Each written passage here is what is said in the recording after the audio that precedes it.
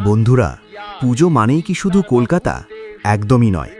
আজ আপনাদের নিয়ে এসেছি নদিয়া জেলার এমন এক জায়গায় যেখানে ঠাকুর দেখতে এলে মনে হবে আপনি কোনো স্বপ্ননগরীতে আছেন।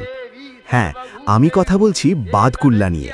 মণ্ডপসজ্জা থেকে আলোকসজ্জা, কলকাতাকে টেক্কা দিতে বাদকুল্লা কিন্তু এখন এক পায়ে খাড়া।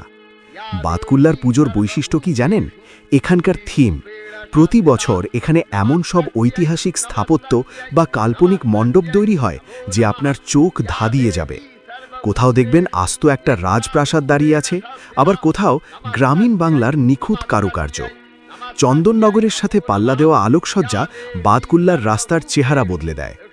লক্ষ লক্ষ মানুষের ভিড় সামলাতেও এখানকার মানুষ আর প্রশাসনের ব্যবস্থাপনা সত্যি তারিফ করার মতো।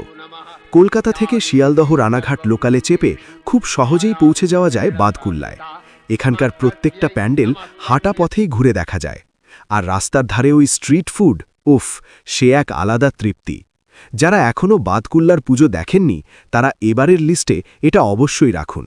তাহলে আর দেরি কেন, চলে আসুন বাদকুল্লায় আর উপভোগ করুন মা দুর্গার এক রাজকীয় আরাধনা।